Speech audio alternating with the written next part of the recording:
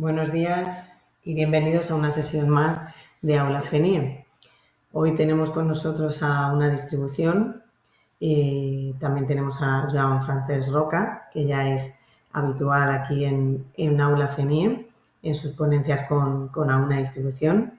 Y bueno, pues quería darles las gracias por esta nueva sesión que nos ofrecen a todo el sector sobre mantenimiento preventivo en instalaciones de autoconsumo fotovoltaico, porque la verdad es que ha tenido una acogida bárbara y la verdad es que es de agradecer que elijáis estas temáticas tan buenas para el sector y tan necesarias. Muchas gracias a todo el equipo de AUNA y a ti, Joan, por dedicarnos este ratito, como otras veces, con tus conocimientos y tu tiempo, que son las 12 de la mañana y como siempre digo, al final estamos todos a tope.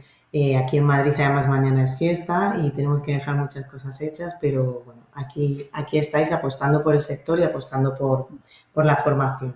Muchas gracias también a todos los que nos veis, a Joan y a mí, desde el otro lado de la pantalla, porque igual es de agradecer que a las 12 de la mañana estéis aquí en directo con nosotros, apostando por la formación del sector, por el reciclaje formativo del sector. Muchas gracias a todos por escucharnos. Antes de darle paso a Joan, sí que me gusta explicaros brevemente cómo proceder a hacer las preguntas. Como hemos dicho, sois muchos los que estáis en directo, sois muchos los que os habéis inscrito a esta formación. Entonces, en esta ocasión lo que vamos a hacer es dejar las preguntas para el final, como hacemos la mayoría de las veces. Pero bueno, es importante que vayáis poniendo vuestras preguntas en el chat o bien que cliquéis en el icono que tenéis con una mano en vuestro panel de control. A nosotros nos sale como que tuvieseis la mano alzada, ¿de acuerdo? Y os podemos abrir el micrófono para formular esa pregunta en web. Pero sí que como preveo, que no lo sé si será así, al ser tantos que habrá más preguntas de lo habitual, primero daremos paso a las escritas y luego a las que se quieran formular de voz. En el hipotético caso que no nos dé tiempo a responder todas las preguntas, yo lo que haré será todas las que queden sin responder, le pasaré un email a Joan para que en el momento que él tenga un hueco os pueda responder. ¿De acuerdo? Pues bueno, la sesión está siendo grabada, también como de costumbre, y en el correo de agradecimiento os pasaremos el enlace para que podáis ver el vídeo las veces que queráis. Reiterar las gracias a todos y Joan, voy a darte el rol de presentador para empezar lo importante que es tu presentación. Muchas gracias, Raquel, por todo. Muchas gracias. A ver, ahora voy por aquí.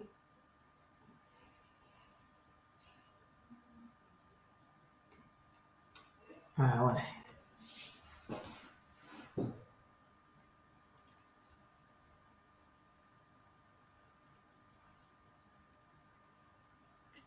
Creo que ya tenéis la presentación activada. Sí, únicamente que no. Ahora perfecta, sí. Sí, perfecto. Muy bien. Oye, pues muchas gracias a todos por asistir a esta sesión y al soporte de FENIE para poder un poco pues, trasladaros esta formación. Y vamos a empezar, sin más dilaciones, con lo que es el contenido de esta formación. Y como ha dicho Raquel, al final nos vamos a reservar pues 10 minutos, un cuarto de hora para lo que son preguntas que puedan ir surgiendo.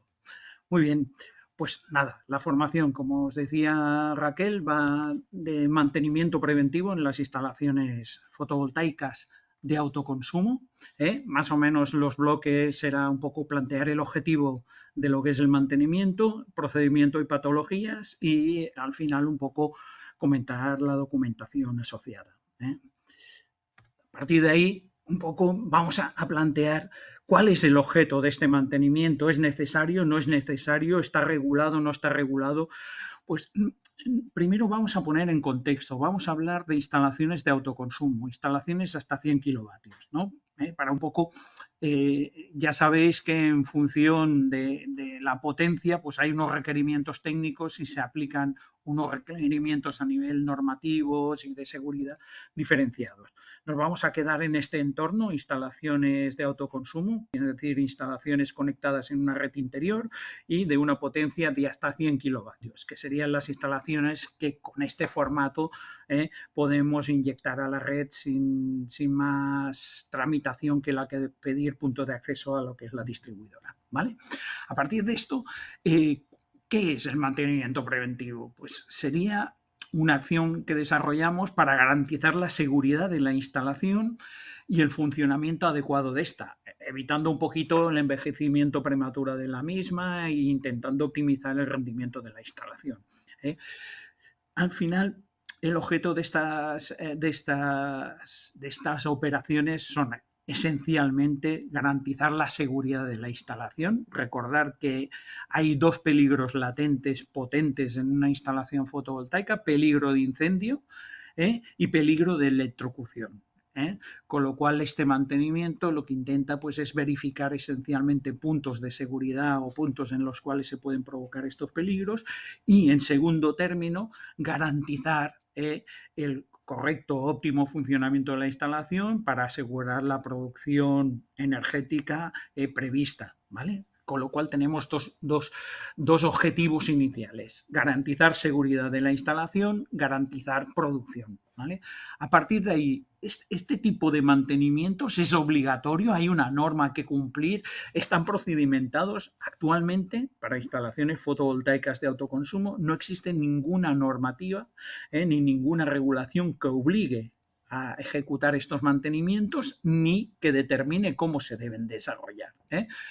Sí que hay documentos, como el pliego de condiciones técnicas del IDAE o como documentos de los propios fabricantes de equipo que establecen unos procedimientos y unos ítems de revisión de los equipos y tal, pero no existe una norma como tal aplicada estrictamente a fotovoltaica de autoconsumo, ¿vale?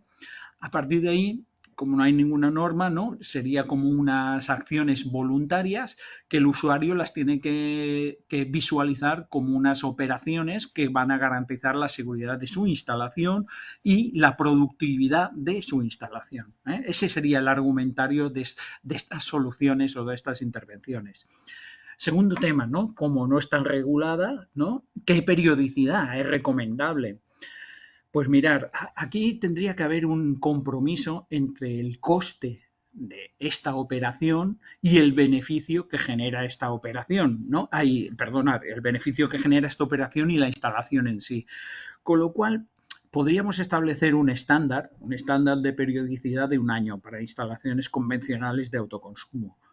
Podríamos, en caso de que sean instalaciones que estén operando en situaciones extremas, digamos por agentes climatológicos, por condiciones de operación, por la zona donde están operando, que imaginemos, ¿no? Una zona donde hay muchas posibilidades de polvo ambiente o que sea una zona, una cantera o unas minas, con lo cual hay ensuciamiento continuado de paneles, pero también materiales agresivos y tal, pues igual reduciríamos esa periodicidad a semestral. Una vez ya pasamos del rango de lo que son las instalaciones de autoconsumo, ahí sí que es interesante que exista un plan de mantenimiento preventivo continuado con tareas, ¿no? De verificación y seguimiento de la instalación continuadas o semanales, ¿vale? Pero en nuestro ámbito esto no existe y no sería requerimiento y la frecuencia no tendría que ser muy elevada porque si no el coste de estas intervenciones serían superiores al beneficio que va a aportar esta instalación. Con lo cual nos vamos a quedar en este contexto. A partir de ahí, un poquito, por hacer un guión de operación, estableceríamos un poco como dos bloques, ¿no? El bloque de elementos exteriores, que habitualmente son la parte de paneles, estructuras y conexiones eléctricas DC, ¿no? La parte de continua, y después un bloque que estaría normalmente protegido en una sala técnica o en algún cubículo o en el interior de un edificio, en el cual ya nos encontramos los inversores, los cuadros de protección, el sistema de monitorización y, si se da el caso, la acumulación. que ya sabéis que es un elemento que se está incorporando a las instalaciones de autoconsumo. ¿Vale? Dentro de este contexto, os saco esta estadística para que veamos el ratio de incidencias, ¿no? Más o menos, anda por ahí. Esto es una gente que ha hecho una estadística, ahí corren varias estadísticas, pero sí que me gustaría centrarnos en los ámbitos donde se generan mayores incidencias en una instalación fotovoltaica, que esencialmente es la parte de inversor. Como podéis ver en la gráfica, tenemos un número de incidencias importante en la parte de inversor y además la pérdida de energía que puede generar estas incidencias es elevada. En el segundo en el podium podían ser fallos en la parte de AC, ¿no? Problemas en la conexión AC, que así como el nivel de ratio de incidencias es mucho menor, su penalización sobre la producción es mucho mayor. Os cuento un ejemplo rápido que lo vais a entender muy rápido. Imaginaros una instalación de autoconsumo conectada a un final de línea, en el cual, por ejemplo, en periodos estivales en los cuales hay arranques continuados de equipos de clima, el rango de tensión se va. El rango de tensión de red sale fuera del rango de seguridad que establece el inversor. Esa instalación continuamente va a estar conectándose y desconectándose. No es un problema de la instalación fotovoltaica en sí, pero sí que a nivel de producción, a nivel de energía entregada, pues va a penalizar de manera importante. Además, si tenemos en cuenta que hay un protocolo, un procedimiento de reconexión del sistema fotovoltaico, que hay que verificar una vez se ha estabilizado tensión y frecuencia dentro del rango operativo. Hay un tiempo de verificación y una vez se ha consolidado ese tiempo de verificación, hay la reconexión, con lo cual todo eso son periodos de inactividad de la instalación. ¿Vale? Con lo cual, si nos centramos en lo que son los equipos, donde tenemos mayor rango de incidencia sería en la parte de inversores, aunque a partir de ahí le seguiríamos en la parte de conexionados eléctricos y en la parte de los módulos serían un poquito los 3 niveles de incidencias. Luego, en la vida útil de una instalación, donde se generan más incidencias son en los primeros 2 años de vida. ¿Por qué? Por 2 motivos. Primero, pueden haber fallos de garantía del producto, por defectos de producto que van a aparecer prácticamente en los 2 primeros años, o casi en la parte ejecutiva o en la parte de puesta en marcha o ya directamente dentro del primer año vamos a tener un ratio de incidencias importantes en el global de instalaciones donde aparecen estos problemas de instalaciones. Luego va decayendo una vez ya salen fuera del periodo de garantía prácticamente, esto decae y más o menos a los 10 años de vida útil de una instalación es cuando se producen las primeras reposiciones de equipos, de componentes, esencialmente inversores, esencialmente, os digo. ¿No? A partir de ahí la instalación continúa con un ratio de incidencia pues moderado, por decirlo así, ¿no? Y a partir de los 15, 18 años, cerca de los 20 años, empieza la curva ascendente de penalizaciones o de problemas, porque ya hemos llegado al límite de vida útil de algunos de los componentes, vida útil por envejecimiento. Por envejecimiento, ya sabemos que el panel, aunque pase por encima de los 25 años de vida, aunque caiga su producción por debajo del 80% del valor de ensayo, seguirá produciendo energía con mayor intensidad, con mayor potencia, por decirlo de alguna manera, pero seguirá produciendo. Pero sí que los elementos de conexión, los elementos estructurales, ya habrá pasado un periodo, una historia que estarán sometidos a unas condiciones de operación que los habrán envejecido y aquí ya empiezan a entrar lo que son las reposiciones y sustituciones de material. ¿Vale? Un poco este sería el contexto de las instalaciones y del mantenimiento preventivo de las instalaciones. Vamos, el objeto es evitar, garantizar la seguridad de las instalaciones y garantizar el óptimo funcionamiento de estas para producir la máxima energía posible. El bloque de operación estará como subdividido en dos subbloques, que sería exterior e interior, y donde realmente vamos a tener unas incidencias a nivel de correctivo y a nivel importantes van a ser en la parte de inversores, que además tienen un ciclado inferior al del resto de los elementos. A partir de ahí ya vamos a entrar en lo que serían la verificación de cada una de las partes, ¿no? Y intentaremos en este bloque, ¿no?, establecer qué inspeccionamos y hacer un poco una relación de las patologías asociadas a esa zona de inspección, ¿no? Vamos a empezar por la parte de los paneles, ¿no? Verificación del estado de los paneles y un poco el entorno y la limpieza, ¿no? Lo primero en la parte de campo de paneles requeriría una inspección visual para detectar posibles fallos que igual no se están reproduciendo, no los estamos viendo en el nivel de producción esperado, no nos están afectando de manera significativa, pero sí que se van a ir aumentando y pueden llegar a ocasionar problemas en la instalación, incluso de seguridad, ¿no?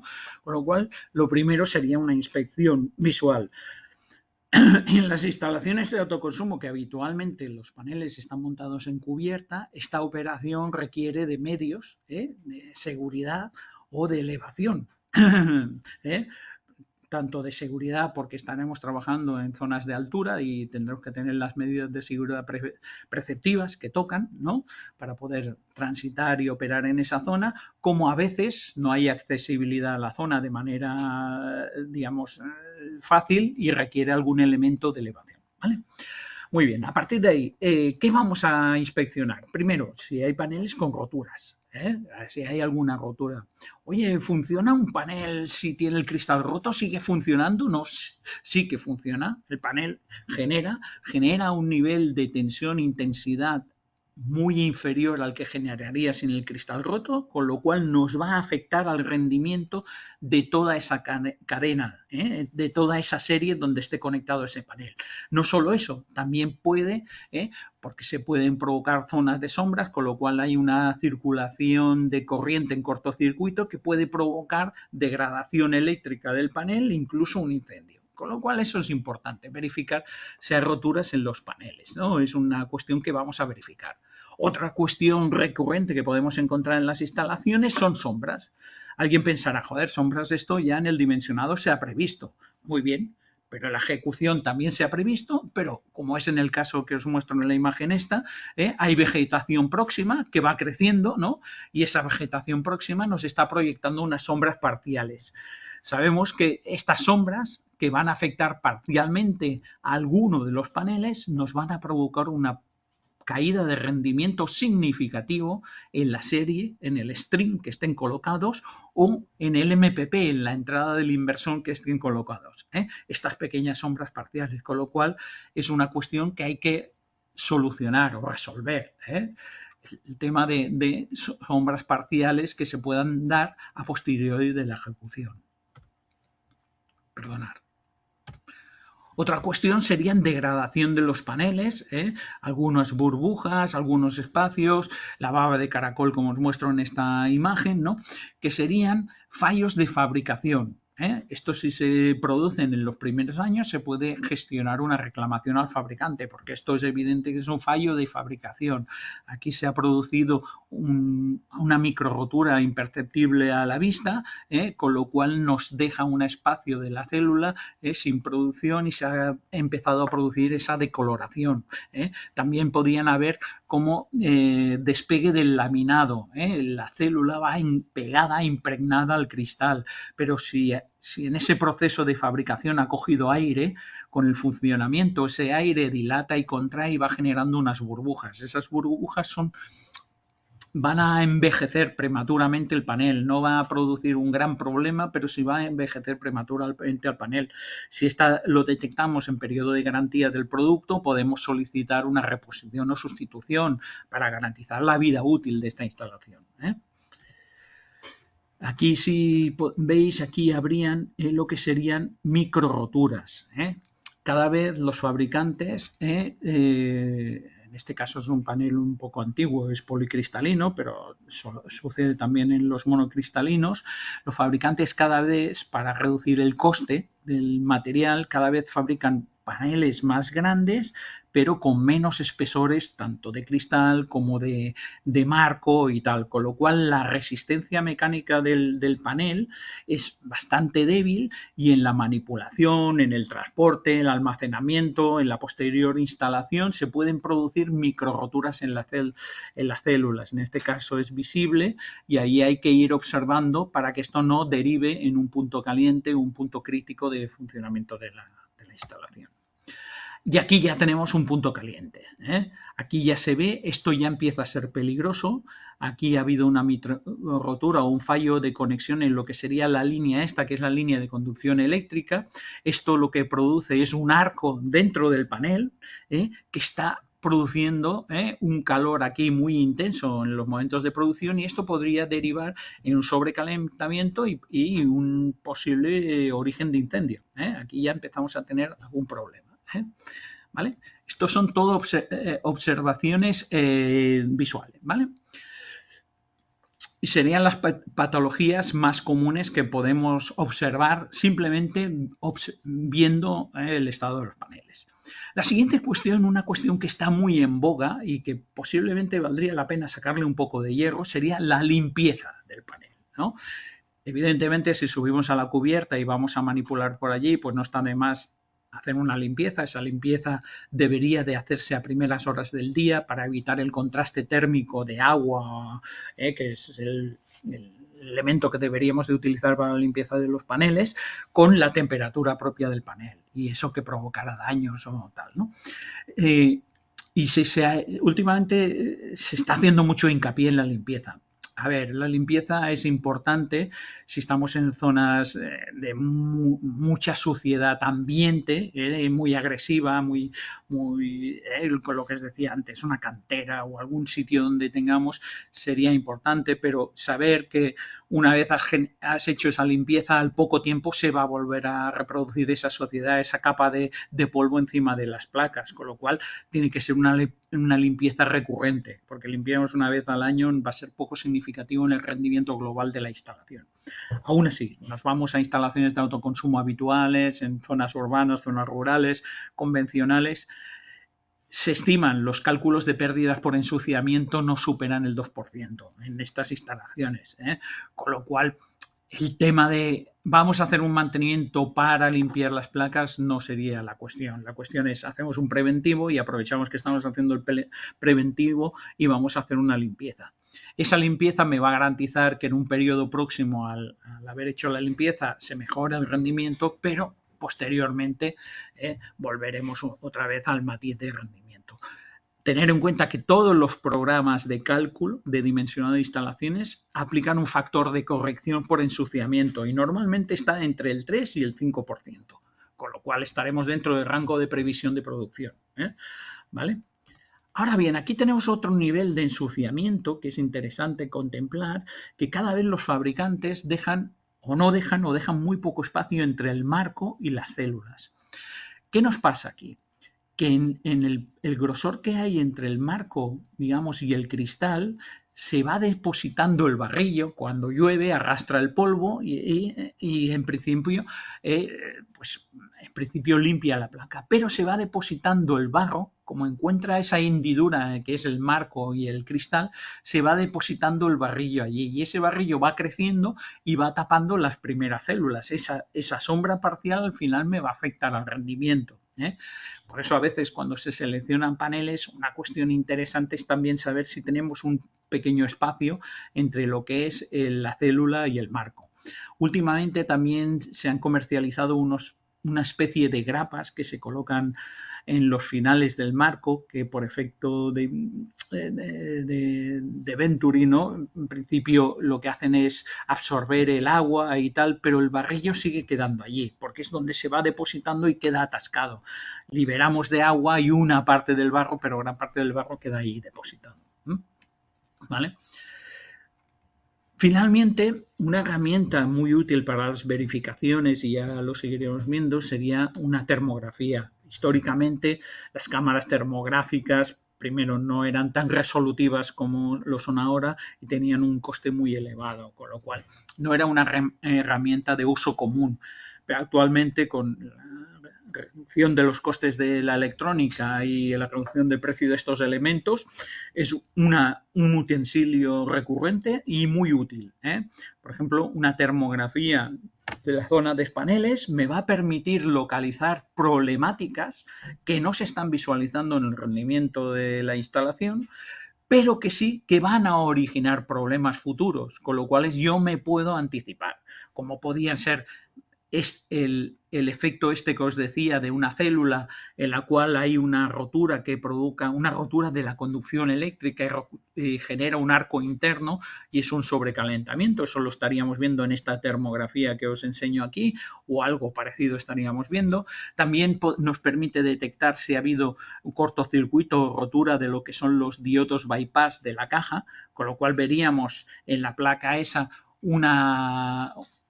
una diferencia de temperatura completa de la mitad de la placa o la totalidad de placa respecto al resto de placas, con lo cual eso sería indicativo de que hay un problema en la caja de conexiones, o cortocircuitos en las propias conexiones eléctricas, que la placa que está cortocircuitada nos daría un mayor valor de temperatura. Con lo cual, la termografía superficial sería interesante. Esta termografía, lo mismo que hemos dicho con la limpieza, es interesante hacerla a primeras horas del día para que el contraste térmico sea mayor y nos permita ver un poco mejor qué está pasando. Y lo ideal sería hacerlo por la parte trasera de los paneles, que estaremos exentos de reflexiones, de cuestiones que me pueden alterar la visualización térmica. Habitualmente no se hacen por la parte trasera porque es más complejo o no hay accesibilidad, pero esa sería una buena opción. Si la hacemos por la parte delantera, evitar la perpendicularidad con las placas e intentarlo hacer las primeras horas del día. ¿Vale? De ahí ya pasaremos al siguiente elemento de verificación, ¿no? Que sería la parte de la estructura, ¿no?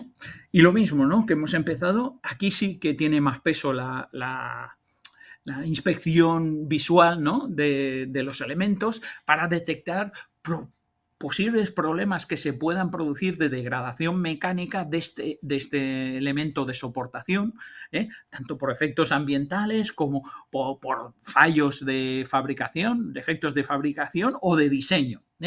Mirad, en esta primera imagen que os muestro se puede ver un panel en el cual ha doblado, la fuerza del viento frontal ha doblado la estructura, si lo podéis ver, que ha doblado la estructura.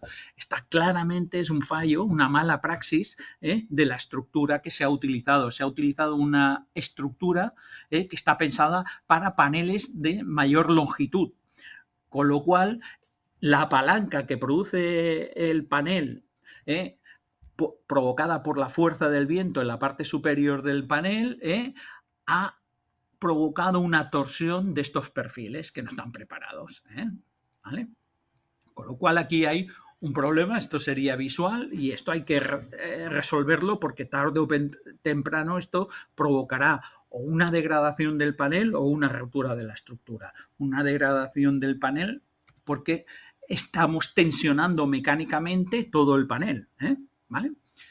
Otro error recurrente en las instalaciones es que los puntos de fijación del panel contra la estructura están fuera del área recomendada por el fabricante, y más ahora que cada vez los paneles tienen mayor longitud y los marcos son más estrechos. Si veis en esta imagen, esto sería un panel pequeño, ya os digo que es un panel pequeño, nos marca en rojo unas zonas donde no nos recomienda el fabricante que vayan las grapas de fijación. ¿Por qué? Pues porque la distancia de esta zona entre la parte final del panel es demasiado larga, con lo cual el efecto del viento sobre esta zona podía provocar roturas o torsiones del marco. ¿Vale? Con lo cual el fabricante nos está indicando en qué zona deberíamos de poner lo que serían las grapas de fijación. ¿Vale? Nos está ya limitando y esto normalmente viene en el fabricante de los paneles y nos lo indica. ¿Vale? Este sería un ejemplo claro de estar fuera de la zona de fijación. En este caso es una estructura lastrada en la cual estamos cogiendo los paneles en la parte, solamente de la parte inferior, con lo cual tanto el viento posterior como el frontal lo que nos provoca es un esfuerzo que se traduce, ese esfuerzo contra la parte del panel, esta trasera, con lo cual ahí podrían producirse degradaciones mecánicas de la estructura, pero también micro roturas de las células, con lo cual empezaremos a entrar en caída de rendimiento. Importante que las fijaciones estén en los sitios adecuados.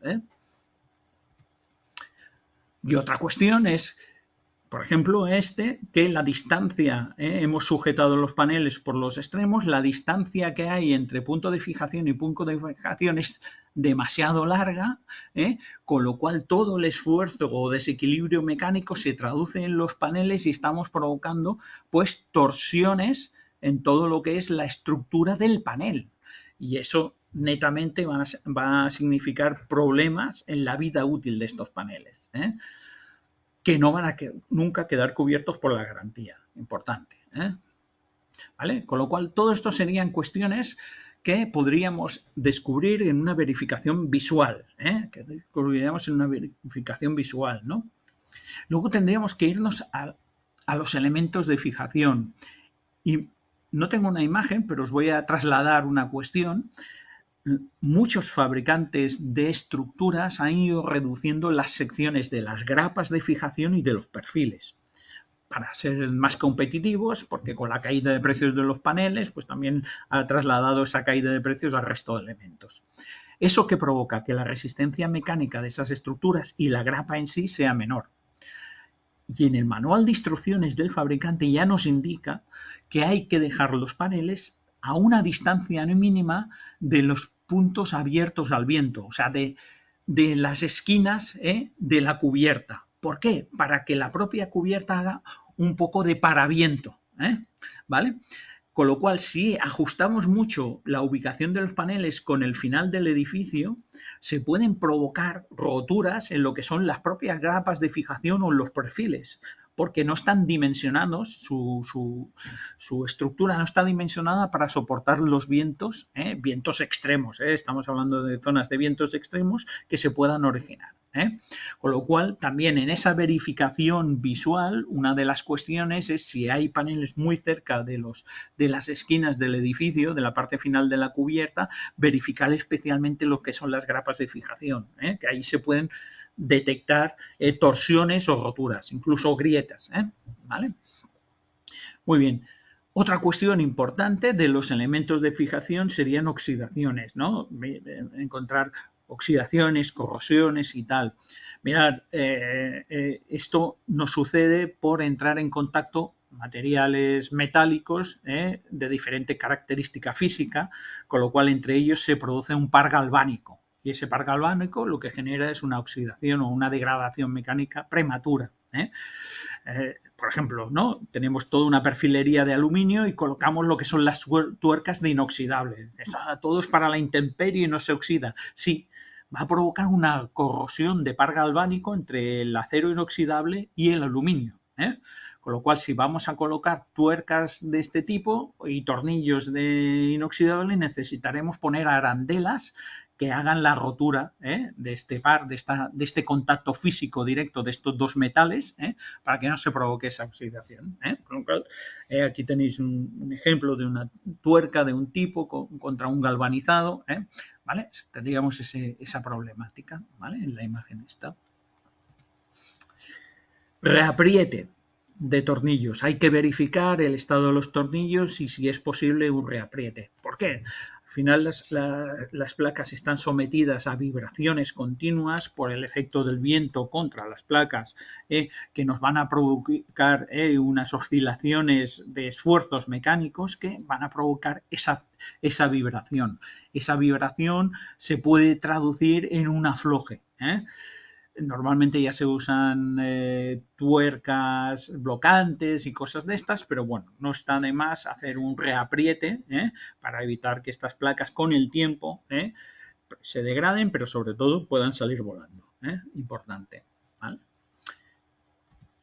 Y por último, como estas estructuras van montadas en cubiertas, si traspasamos la cubierta, una cosa importante es, aprovechando que hacemos un preventivo de la instalación, verificar la estanqueidad de los puntos de fijación a la cubierta. Porque a veces se montan siliconas o elementos de estanqueidad, ¿no?, que no han contemplado que hay una diferencia de dilatación entre lo que es la estructura propia de la cubierta, una chapa sándwich o un panel metálico, y la dilatación de lo que sería el espárrago, ¿no? Con lo cual hay una diferencia de dilataciones mecánicas que se traducen en grietas sobre lo que serían las juntas de estanqueidad. Se podrían dar, no es que se den siempre, pero se podrían dar, con lo cual no está de más, si subimos a la cubierta, verificar estas cuestiones, ¿vale? Deberían de ser verificadas. Muy bien, este sería un poquito el trabajo en la parte de estructuras. Inspección visual para ver degradaciones de los elementos mecánicos evidentes que se pueden ver por mala praxis en la instalación o errores en el diseño o problemas de fabricación en los elementos de fijación, ¿vale? Después sería lo que sería una revisión de estanqueidades y oxidaciones. Perdonar. Siguiente bloque. Y estamos todavía en la cubierta, no nos hemos bajado, todavía no nos hemos bajado de la cubierta. Vamos a entrar en lo que sería la parte de conexiones eléctricas DC, ¿no? La parte de continua.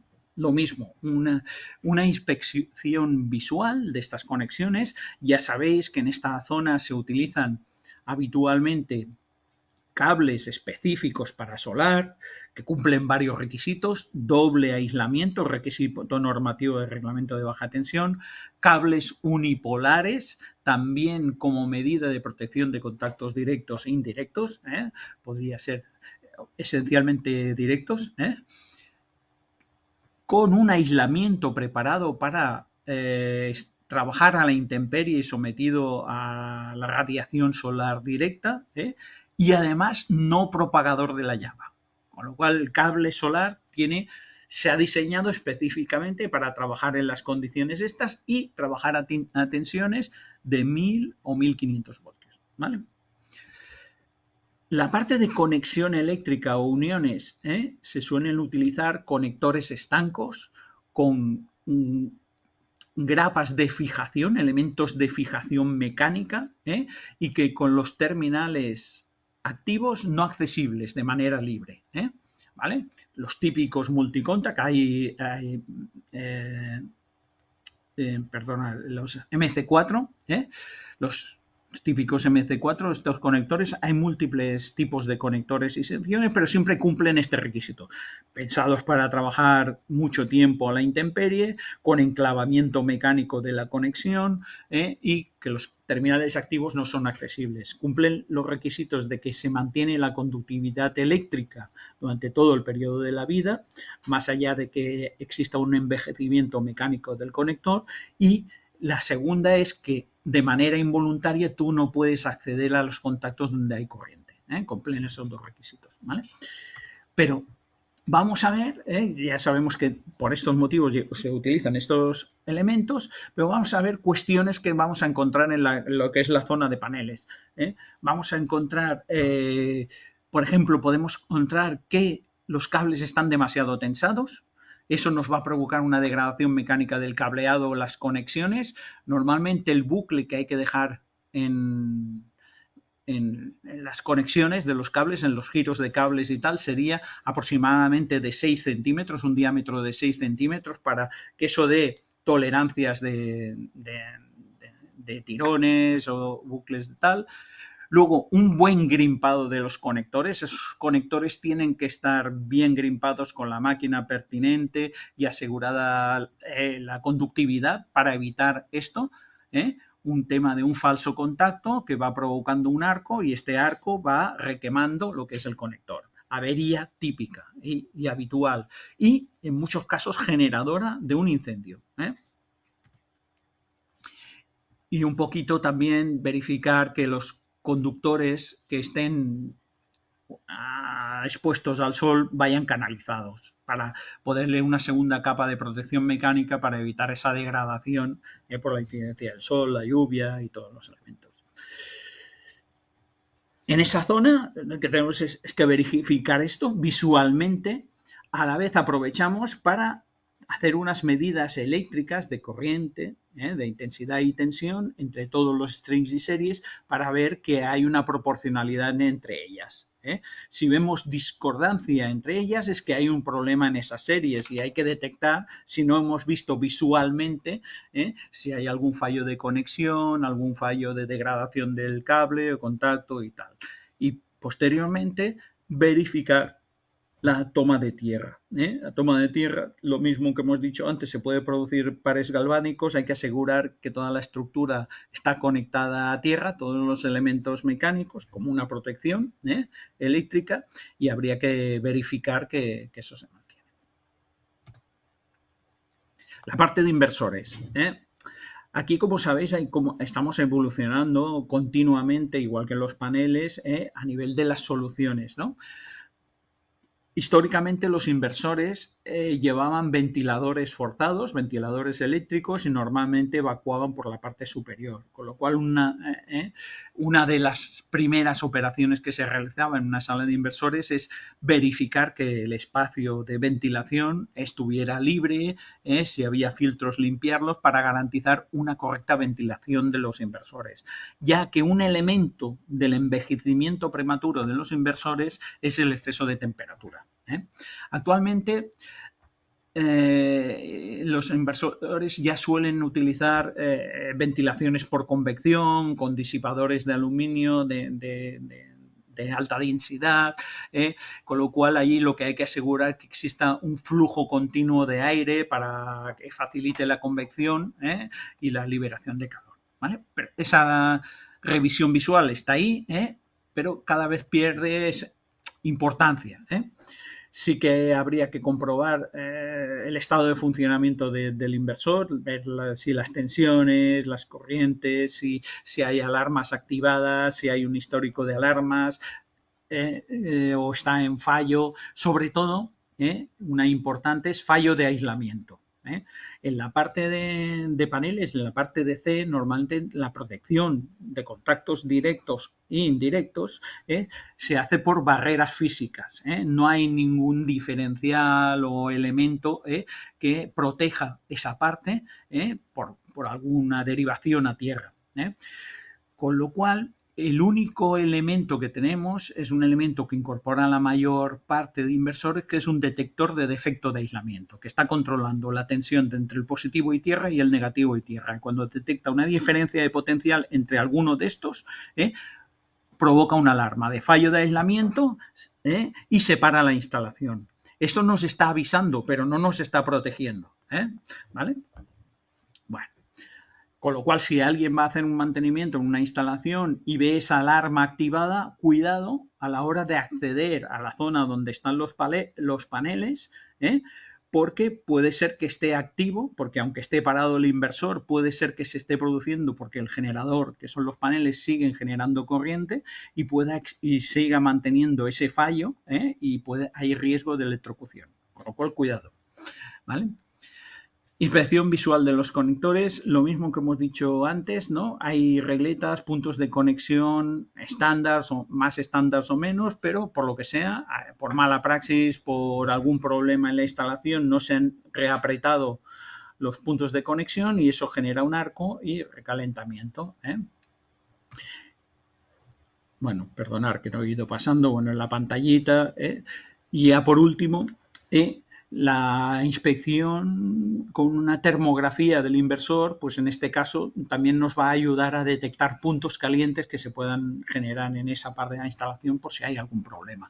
En este caso podemos ver que es un inversor con ventilación por convección y la temperatura mayor se concentra en la parte superior del inversor. Siguiente punto de verificación serían los cuadros de protección. Una cuestión importante, los inversores ya es importante tenerlo en cuenta, en los paneles también no tanto, pero también y sobre todo en los cuadros de protección.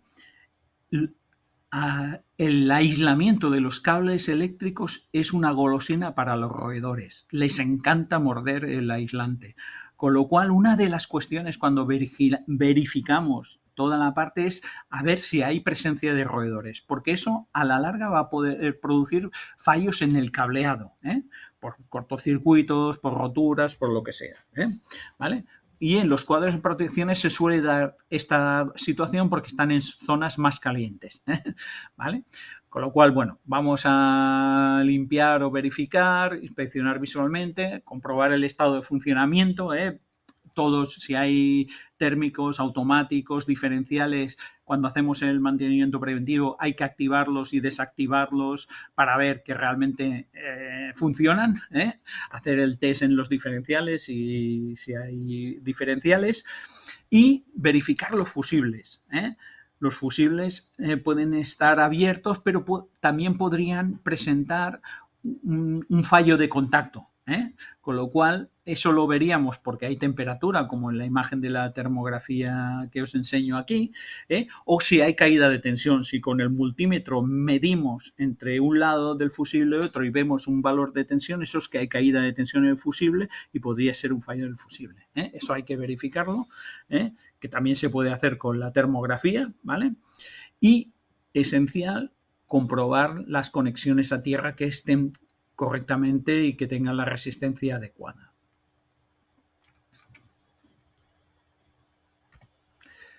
Finalmente, ya prácticamente acabamos con la instalación. Bueno, acabamos con la instalación, sería chequear el sistema de monitorización. Ya sabéis que es una extensión de la instalación que sirve y que es lo que ve realmente el usuario, con lo cual chequear un poquito el histórico, si hay alarmas, si no, si la curva con la imagen que os muestro aquí no se ve una campana, se ve un diente de sierra en la producción solar. Esto podría ser por una cuestión de que hay un sistema de no vertido, pero podría ser también por un fallo en la instalación, con lo cual pues verificar estos datos en la producción histórica, ver tal.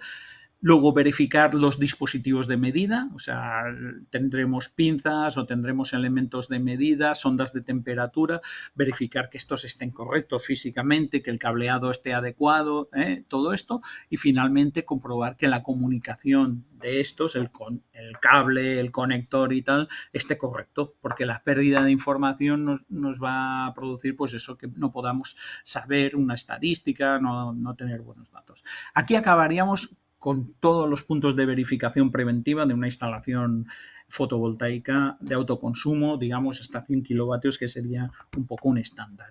Y aquí añadiríamos lo que sería la verificación de la acumulación. Actualmente las instalaciones de autoconsumo que incorporan acumulación suelen ser soluciones en litio. El litio tenemos de bajo voltaje hasta 50 voltios o de alto voltaje que trabajan 200, 400, 600 voltios, ¿no? Dependiendo de la tecnología y solución.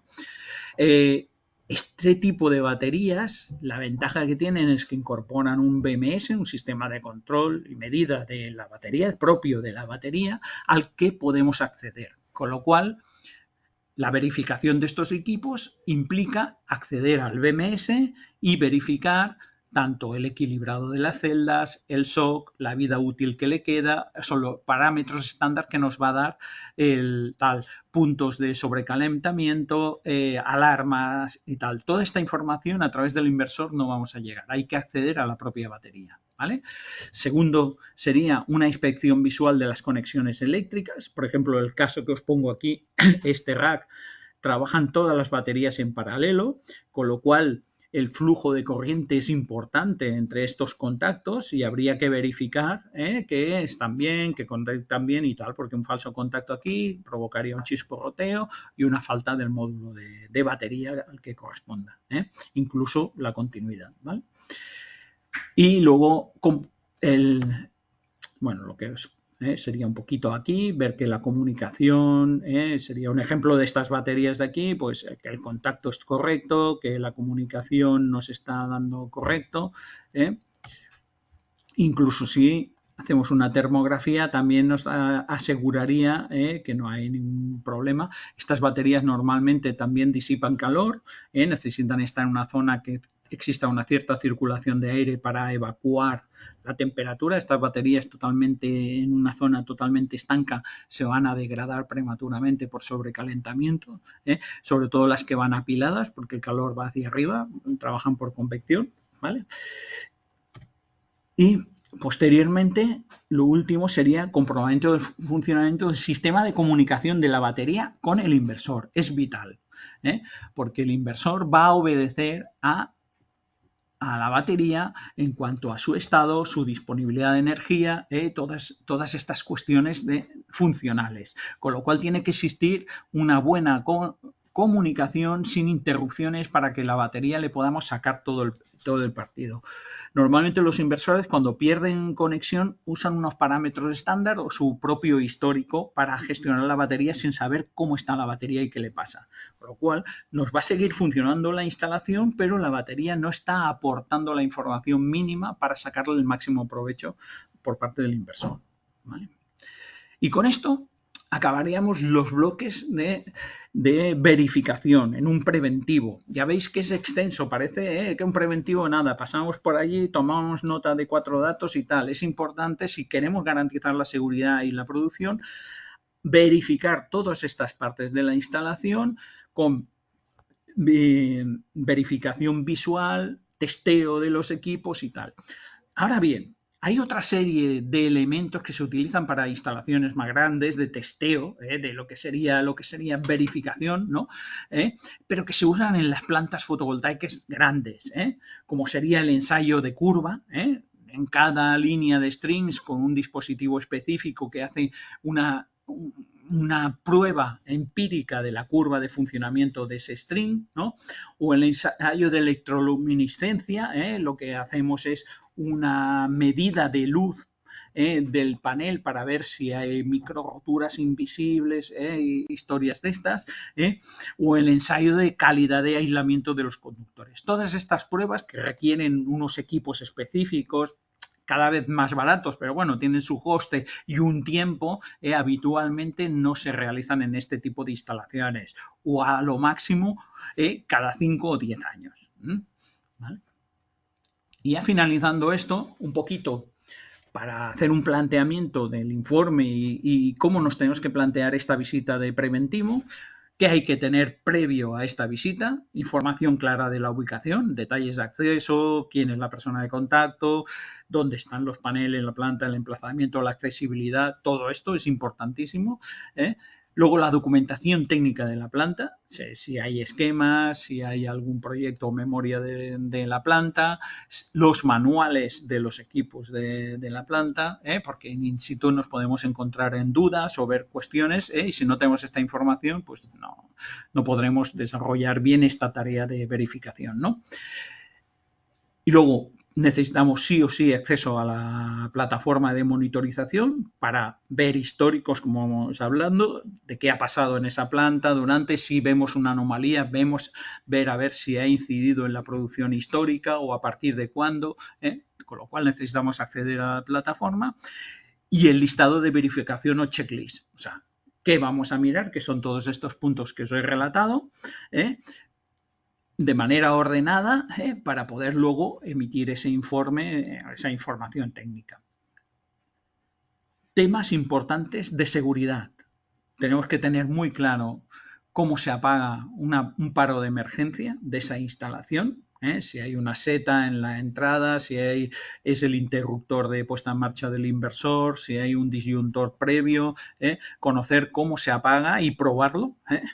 Y segundo, qué medidas tendremos que contemplar a nivel de prevención y qué ayudas de accesibilidad necesitaremos. Con lo cual necesitamos saber si vamos a trabajar en altura, saber que vamos a trabajar en zonas que tendrían que ser de acceso restringido por el tema de peligro de electrocución, con lo cual hay que conocer bien cuáles son los peligros, dónde están y tener la prevención clara.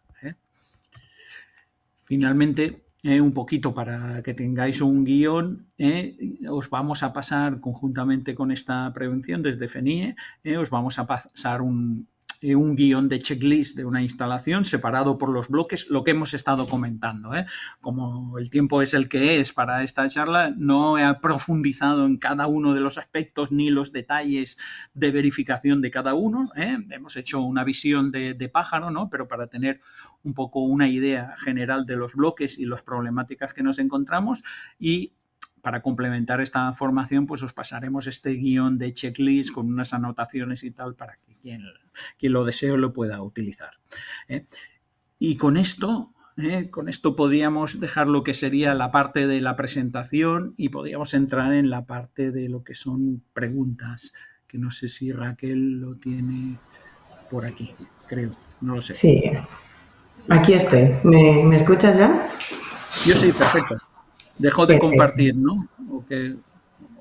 ¿Cómo ves esto? Como quieras. Como quieras, porque a lo mejor igual ¿Estáis alguna viendo pregunta la que te presentación hacen. vosotros? Es que no sé si la estáis viendo. ¿Estáis viendo la Sí, sí, presentación? sí. Sí, ¿no? Sí, no Vale. la vemos ahora en pantalla completa, pero sí la vemos. Vale. Te decía que si quieres dejarla ahí, por si acaso te tienes que apoyar en ella para alguna pregunta que te Perfecto. realicen. ¿Vale? Bueno, pues hay algunas preguntas. Vale. Te las voy a ir diciendo desde el principio, las primeras.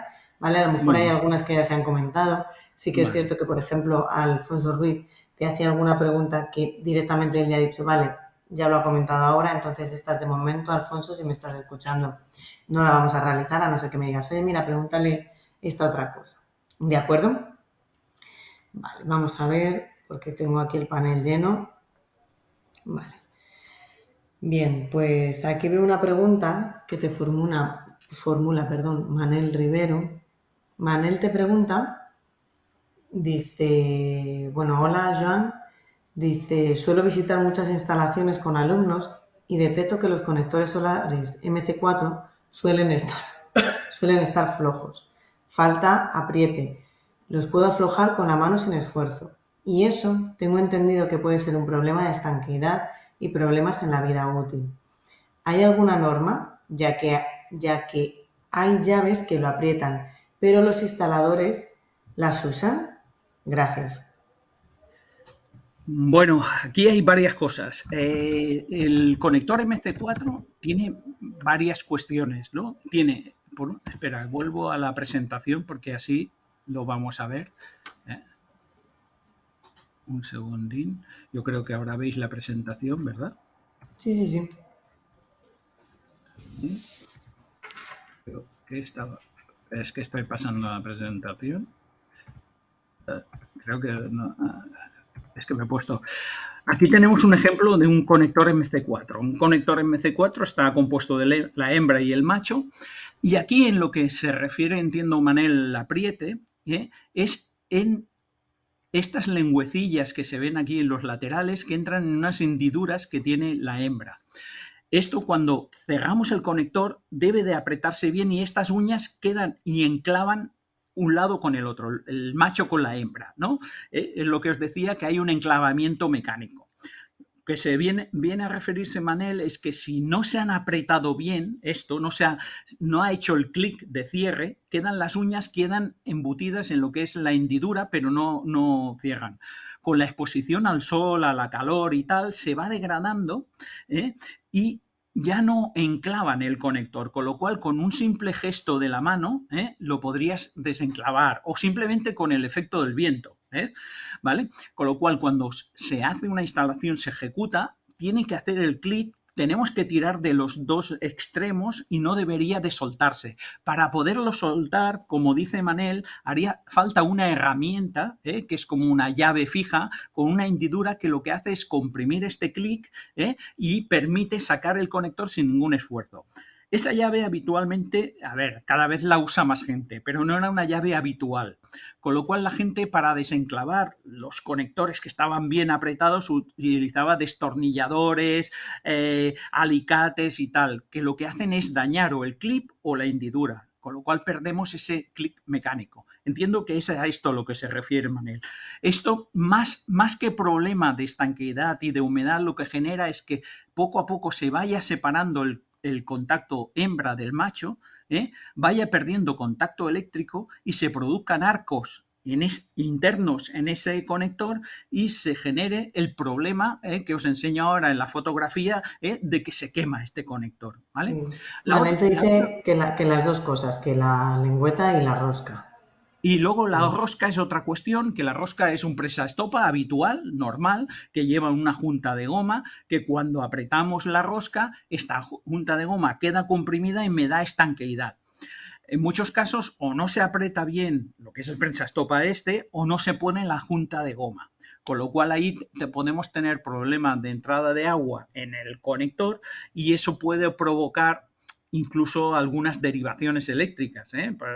Pensemos que estas son instalaciones que trabajan a tensiones peligrosas, en corriente continua. Entonces, por conducción a través del agua, si hay un flujo continuo de agua en el conector y el suelo o la chapa de una cubierta, podríamos generar algún tipo de derivación eléctrica que lo detectaría el inversor y nos daría fallo de defecto de aislamiento. ¿Vale? No sé si creo que más o menos con esto respondemos a la pregunta. Sí, Manel te ha dado las gracias, por tanto sí. Muy bien. Sí. Vale. Dame un segundito que voy cogiendo las contestadas. Va. A ver, la siguiente pregunta que veo por aquí es de David Millán. David Millán te dice, ¿qué opinas sobre lo que hay sobre lo de tener que poner exactamente la misma marca de conectores y que no sirve solo con que sean compatibles con MC4? Bueno, aquí hay varias cuestiones. Una cuestión de marca. Stalin es quien definió el tipo de conector MC4, que se ha estandarizado como el tipo de conector, este tipo de conector, con esta configuración, y se ha estandarizado. Es el sistema común, copiado por muchos fabricantes, que no son el fabricante original que lo diseñó, pero que si cumplen los requisitos tanto de conductividad eléctrica como seguridad mecánica, ya está. Cuestión, garantías. Aquí es donde entra el problema. Si os fijáis y os leéis bien los manuales, tanto de los paneles, de instalación de los paneles como de los inversores, uno de los puntos que afectan a la garantía es que se usen los conectores que recomienda el fabricante, o sean de la propia marca, o sean de una marca recomendada. Y eso afecta a la garantía del equipo, tanto del panel como del inversor. O sea, no es un requerimiento técnico, no hay una norma específica o de reconocimiento, sí que nombrar a un conector MC4 como tal solo deberían ser los de una marca, aunque todos los fabricantes que fabrican este tipo de conectores los fabrican iguales, sin esa marca y sin ese reconocimiento, pero el funcionamiento es igual.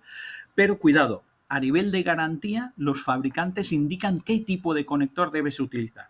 Y si no lo utilizas, puede ser consecuencia de que no te acepten una reclamación en garantía. ¿Vale? Con lo cual, un poco por responder rápido a la pregunta, no sería un requerimiento que fueran de tal marca o tal otra, sino que cumplieran los requisitos de conductividad eléctrica y seguridad mecánica y estanqueidad, pero cuidado, porque si en las garantías te indican que tienes que utilizar una marca y un modelo de conector, si no lo usas, pues está sujeto a que cuando tengas que recurrir a una garantía no te la atiendan.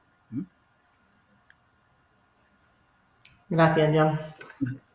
Vale, vamos a pasar a alguna preguntilla más, ¿vale? Muy bien. A ver, Antonio Jiménez te dice que él tiene una preocupación, ¿vale? Su preocupación es que en el recinto donde se suelen instalar tanto los inversores como las baterías, normalmente la ventilación es muy buena y él considera que hay un riesgo de incendio permanente que nunca se tiene en cuenta en las instalaciones. ¿Tú qué opinas sobre esto? A ver, incendio permanente. Ahí tendría que ser estar un elemento muy cerrado, con cero ventilación y actuarían todos los dispositivos de protección, tanto del inversor como de la batería si son de litio.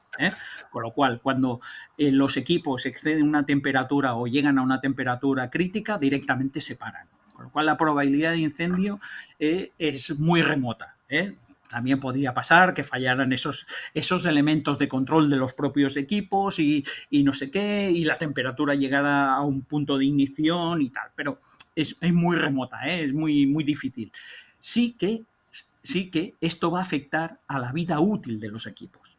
Como os he dicho antes, el envejecimiento prematuro de los inversores habitualmente es provocado por el exceso, por operar a temperaturas elevadas. Con lo cual, si estoy en una sala técnica con poca ventilación, con inversores que además van con ventilación por convección, que no tienen ningún elemento forzado que fuerce remover el aire, y poco volumen, en una sala pequeña, ese inversor va a morir prematuramente. Lo mismo le va a pasar a la batería. Las baterías tienen un número de ciclados y tal, pero dependen de unas condiciones de operación, tanto en corrientes y tensiones como en temperatura. En el momento que esa batería empieza a trabajar en temperaturas críticas, reducimos su vida útil. Con lo cual, la contestación así resumida sería: probabilidad de que esto genere un incendio es remota, sería posible, pero muy remota, pero sí que clarísimamente eso va a afectar a la vida útil de esos equipos. Y son costosos, además. Son mucho más costosos que los paneles. Gracias, Joan. Antonio también te da las gracias. Vale, seguimos con otra pregunta de Alfonso Ruiz. Alfonso Ruiz te dice que si se encuentra en una instalación con varios inversores con sus protecciones correspondientes, es decir, magnetotérmico más diferencial, pero no tiene un corte general de todos los inversores, ¿ha de conectar un interruptor general? A ver, según el reglamento de baja, necesitas tener un dispositivo de desconexión en carga de la instalación generadora, con lo cual sí. Con lo cual sí. Que si pasas una verificación, porque al final cuando tienes que dar de alta esa instalación, presentas o la memoria o el proyecto técnico de industria, te lo validan y luego si tienes vertido o eres una instalación de más de 15 kilovatios, necesitas el visto bueno de la distribuidora. Este sería el filtro. Si no lo tienes, según el RBT, la BT40, tienes que tener un dispositivo de desconexión general del generador en carga. Y este sería esto, ¿vale? Aunque tengas los elementos individuales, que también no son preceptivos, pero son recomendables. Porque si yo tengo que hacer una operación de mantenimiento en esa instalación, me interesa poder desconectar parcialmente la zona donde voy a operar y que el resto siga trabajando. Con lo cual, esos elementos de protección o de desconexión me van bien, pero necesito uno general. Muchas gracias, Joan, por tu información. Muy bien. A ver, sí, Alfonso te dice que muchas gracias, que el cliente le parecía excesivo, pero que, pues tiene que ser así. Gracias, Alfonso, también por tu Alfonso, comentario. si te vas a la BT40, la actualizada, la última versión, lo verás. Y el tipo de diferencial que tienes que conectar y tal. Y es más, si vais a verter, cuando presentes la petición de punto de acceso a la distribuidora, te lo va a requerir. Gracias, Joan. Voy a leer 3 preguntas que hay más y lo cerraremos aquí. Una de Sergio Álvarez, José Luis González y Eneco Infante, ¿de acuerdo? La de Sergio Álvarez te dice cómo se mide el aislamiento en la parte de continuo. Aquí hay dos cuestiones. Si yo quiero medir el grado de aislamiento de las conducciones y los elementos, los conectores, hay un sistema, una metodología que es hacer pasar unas corrientes y hacer unas lecturas por ese entramado. Eso se hace en grandes plantas porque es una metodología, digamos, lenta, ¿no? Y un proceso largo. Yo lo que entiendo es que lo que me pregunta es cómo sé que no hay ninguna derivación, ¿no?, en el campo fotovoltaico, en la parte de continua, ¿no? Pues lo que te decía, haciendo una medición entre la bornera positiva y tierra, que tiene que dar 0 si no hay ninguna derivación, y si hay un valor de tensión es que hay una derivación, y lo mismo en el negativo, que es lo que hacen los sistemas de detección de defecto de aislamiento. Hacer una medición entre la polaridad y el 0, que sería el tierra, y si hay un valor, hay una diferencia de potencial, quiere decir que hay un flujo de corriente ahí y quiere decir que hay una derivación. Entiendo que es lo que quiere saber, no tanto hacer la medición del grado de aislamiento de los cables y los conectores. Que esto se hace con una prueba de corriente y unas medidas con un dispositivo específico. Sí, Sergio te dice que efectivamente que era eso lo que necesitaba, que muchas Muy bien, gracias. pues los elementos estos de ensayo hacen eso, medir positivo y tierra y negativo y tierra. Si es 0 es que no hay derivación, si hay algún valor de tensión es que hay derivación. Gracias, Joan. Vale, la siguiente pregunta, como he dicho antes, es de José Luis González y te pregunta lo siguiente. Dice, hay muchas instalaciones en cubierta con modulaciones de paneles superiores a 3×3. ¿Cómo revisas los paneles centrales? Espera, que te he oído entrecortada, perdona. ¿Puedes Ah, repetirlo? Que no perdona. escuchan. Sí, José Luis González te preguntaba que en muchas instalaciones en cubierta con modulaciones de paneles superiores a 3x3, ¿cómo Ajá. se revisan los paneles centrales, los que quedan en el medio? A ver, primero no debería de estar permitido porque ya tanto el reglamento como la instrucción, la UNE correspondiente, dice que tienes que dejar pasillos de servicio para hacer mantenimiento, con lo cual esa instalación está mal ejecutada. Partamos de eso, ¿eh? ¿Vale? Partimos de eso, pero evidentemente el parque que hay instalado mayoritariamente es así, no hay, aunque sean paneles más pequeños, no hay distancias entre los paneles y no hay accesibilidades y tal, ¿no? Con lo cual, lo único que podemos hacer es termografiar, o sea, primero una inspección visual, ocular, y hacer una termografía, ¿eh? Del campo de paneles. Con la inspección visual detectaremos fallos o roturas o problemas en lo que es propiamente el panel.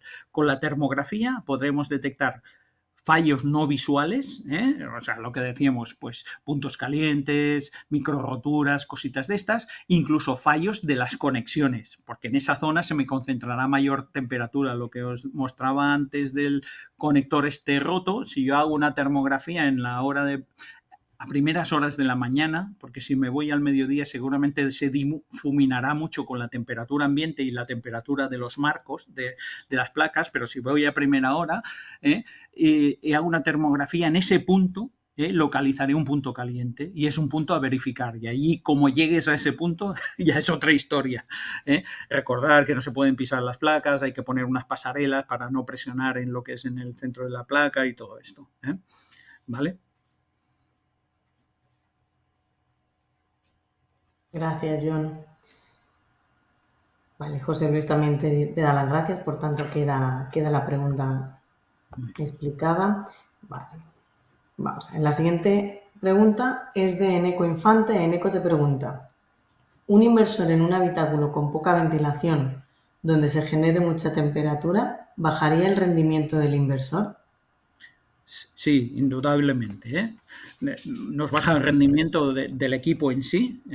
Tenemos que dedicar energía a disipar. Estamos trabajando en rangos de temperatura críticos, con lo cual el propio inversor rebaja su potencia para rebajar esa temperatura de generación, con lo cual estamos rebajando el rendimiento instantáneo de generación, pero sobre todo vamos a envejecer ese equipo prematuramente. O sea, físicamente ese equipo está sufriendo y va a envejecer.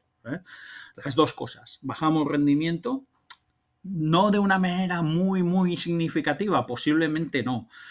Posiblemente estaremos entre un 1,5 y un 3% por ahí, por temas de exceso de temperatura, porque lo que hace el inversor es modular, a no ser que sea muy crítica esa temperatura, que entonces sí que llegaríamos a momentos de desconexión del inversor, porque está trabajando por encima de temperatura y ahí sí que sería significativa las pérdidas de rendimiento.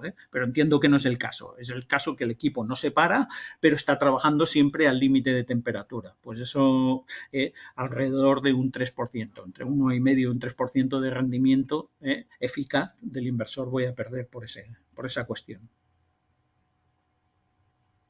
Bueno, quedan dos preguntillas más que no íbamos a hacer más, pero venga, te las lanzo, ¿vale?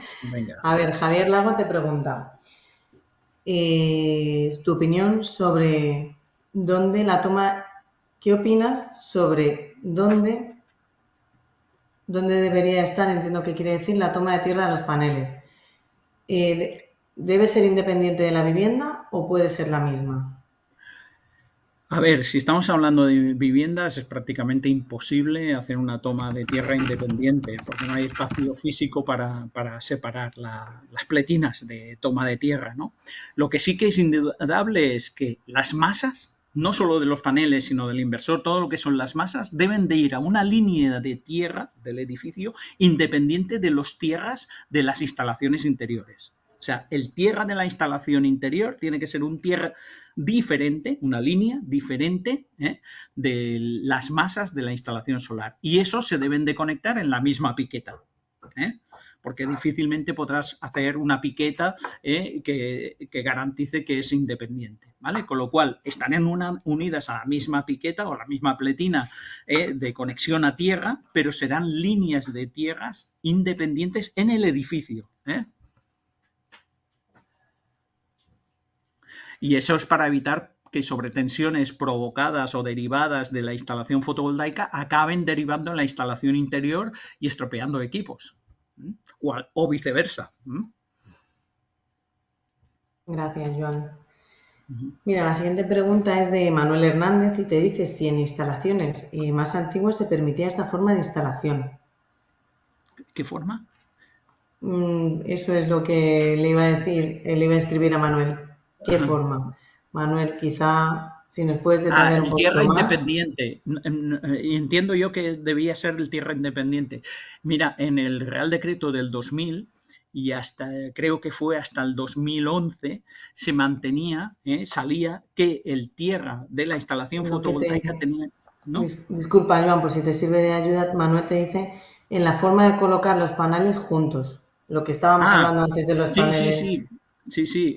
Mira, los paneles juntos, si tú haces caso de la UNE, porque no hay una norma nacional que especifique cómo se van a ubicar, ni en el código técnico. En el código técnico lo único que te dice la resistencia que tienen que tener o qué certificaciones tienen que tener las estructuras o cómo las debes de colocar, y luego las ordenanzas municipales o lo que sea te las dejan poner más cerca de la fachada o más interior, pero no hay nada más. Sí que hay la UNE específica de fotovoltaica, que allí sí que te dice que para las instalaciones requieres pasillos de mantenimiento de las instalaciones, así como el pliego de condiciones técnicas del IDAE que os he dicho antes, también te lo dice. Pero aún así ha primado siempre economizar el espacio y el coste de ejecución, con lo cual esos pasillos de servicio han ido desapareciendo. Bueno, están en muy pocas instalaciones.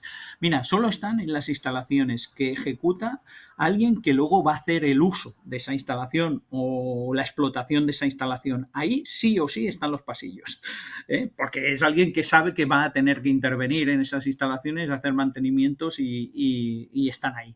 El resto, las instalaciones ejecutadas para terceros, normalmente ni la propiedad ni quien ejecuta, ni quien verifica contempla esta posibilidad o este requerimiento. Te dice Manuel que desde cuándo es esa UNE. Esa UNI, ostras, creo que la revisión fue en el 17 y creo que es del 2009 o por ahí. O sea, es una UNE a nivel europeo que definía todo lo que va a salir ahora en la nueva instrucción técnica que se va a incorporar en el reglamento de baja tensión, la nueva BT53, que atañe a todos los requerimientos eléctricos que tienen que tener las instalaciones generadoras en corriente continua, todo esto, pues es una copia de esa UNE que ha estado históricamente como referencia. Todo lo que no salía en el reglamento de baja tensión o los reglamentos eléctricos a nivel nacional, pues te remitías a esa UNE para ver si cumplías o no, porque era una norma de referencia, que ahora no recuerdo el epígrafe de la UNE, pero disculpad, pero no me viene a la cabeza. Pero bueno, si buscas normas UNE de instalaciones fotovoltaicas, internet o donde sea, te saldrá. Y ahí sale desde cuándo se montan fusibles o cuándo no se montan fusibles en los strings, las protecciones de sobretensiones, cómo se deben de montar, cómo se deben de los inversores, las conexiones, todas estas cositas que no, o que cada uno ha ido haciendo aquí en España que no estaban reguladas, a nivel de norma o instrucción estaban reguladas a través de la UNE y normalmente intentabas cumplirlo. Gracias, Joan. Ya para terminar, voy a hacerte la última pregunta de Juan José Pérez. Juan José Pérez lo que te pregunta es qué valores mínimos debería tener la cámara termográfica para poder hacer una buena inspección. Pues ahí me pillas un poco porque esto lo cambiamos. Me pillas un poco. Pues no te lo sabría decir. Te tendré que mandar un correo. Porque sí que antiguamente trabajamos con unos valores de tolerancia muy ajustados, pero ahora al haber el mercado cámaras muy asequibles, los hemos actualizado, los tengo que mirar. No, no los recuerdo, pero os lo mando en un correo, ¿eh? Pero cualquier Vale. cámara termográfica de estas sencillas nos los admite, porque el rango de temperatura y si trabajamos con baja reflexión, nos los leen bien las cámaras estas. Pero os lo paso, no, lo teníamos corregido y no recuerdo el valor. De acuerdo, Joan, pues hemos contestado todas las preguntas, nos hemos pasado un poquillo del tiempo, pero he visto que no había muchas desconexiones. Muy bien. Por tanto, muchas gracias por tu tiempo, gracias a todos los que estáis aquí en directo y habéis seguido en directo hasta el final, a todos los que habéis formulado preguntas, que no solo viene bien para el que pregunta, sino también para los que estamos de oyentes, porque aprendemos todos. Y nada, solo me queda desearos muy buen día y mañana os enviaremos la grabación de esta sesión y la presentación que habéis visto con John. Muchas gracias, de verdad. Gracias a todos.